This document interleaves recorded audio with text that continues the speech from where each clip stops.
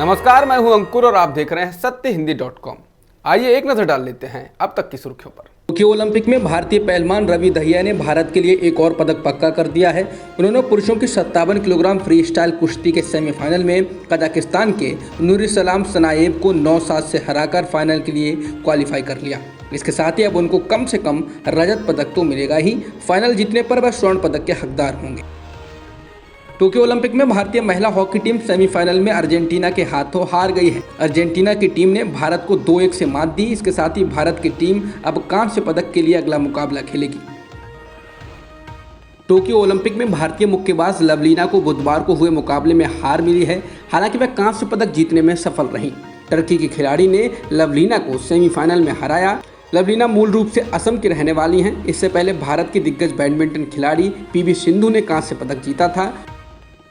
बिहार में सियासी हलचल तेज हो गई है। लालू प्रसाद यादव के बयान के बाद अटकलें भी तेज हो गई हैं। लालू प्रसाद यादव ने नीतीश की तारीफ करते हुए मंगलवार को कहा कि नीतीश कुमार हमारे दिल में रहते हैं। रिश्ते तो बनते बिगड़ते रहते हैं और हम लोग तो साथ में रहे हैं। बता दें, इससे पहले नीतीश कुमार ने बीजेपी सरकार के खिलाफ पेगासस मामले में जांच की मांग की थी।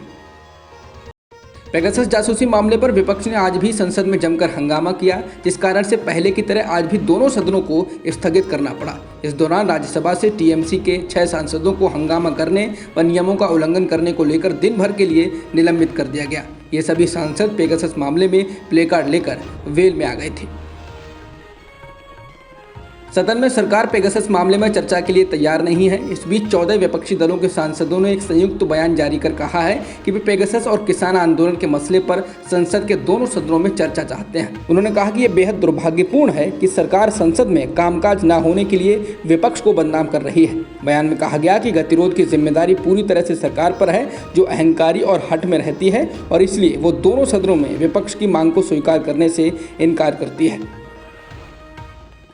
कांग्रेस नेता राहुल गांधी ने बुधवार सुबह पुराना नंगल शमशान में 9 साल की बच्ची से कथित तौर पर रेप हत्या के मामले में पीड़ित परिवारों से मुलाकात की। आरोप है कि 9 साल की बच्ची के साथ दुष्कर्म किया गया, उसकी हत्या कर दी गई और फिर उन कथित हमलावरों ने ही जबरन उसका अंतिम संस्कार कर दिया।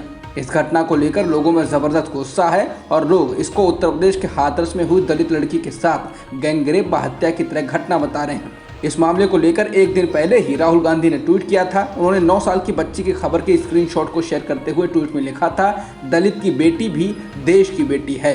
इस मामले में एक पुजारी और 3 अन्य आरोपियों को गिरफ्तार किया गया है। कृषि कानून के मुद्दे पर आज संसद के बाहर गेट पर अकाली दल सांसद हरसिमरत कौर और कांग्रेस सांसद रवनीत सिंह बिट्टू भिड़ गए। दरअसल गेट के बाहर कृषि कानूनों को लेकर हरसिमरत कौर समेत अकाली दल के नेता विरोध प्रदर्शन कर रहे थे और नारेबाजी कर रहे थे। तभी वहां पर कांग्रेस के लोकसभा सांसद रवनीत सिंह बिट्टू पहुंचते हैं और उनके इस प्रदर्शन को ड्रामा बताते हैं। बिट्टू कहते हैं, जब बिल पास हुए तब आप केंद्रीय मंत्री थी, उस वक्त आप कृषि मंत्री नरेंद्र सिंह तोमर के साथ बैठती थी, लेकिन तब आपने कुछ नहीं किया और अब आप ड्रामा कर रही हैं। रवनीत बिट्टू की इस बात पर कौर ने कहा कि उन्होंने कैबिनेट से इस्तीफा दे दिया था, जिसके जवाब में बिट्टू ने कहा कि पहले आपने कैबिनेट में रहकर बिल पास कराए और फिर घर जाकर बाद में इस्तीफा दे दिया। इसी तरह की बहस मीडिया के कैमरों के सामने होती रही।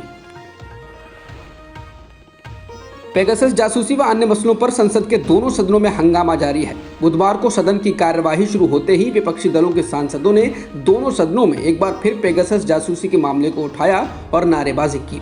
हंगामा बढ़ने पर लोकसभा को 12 बजे और राज्यसभा को 2 बजे तक के लिए स्थगित कर दिया गया। मंगलवार को भी विपक्षी दलों के सांसदों ने कार्यवाही शुरू होते ही दोनों सदनों में इस मुद्दे पर नारेबाजी की थी।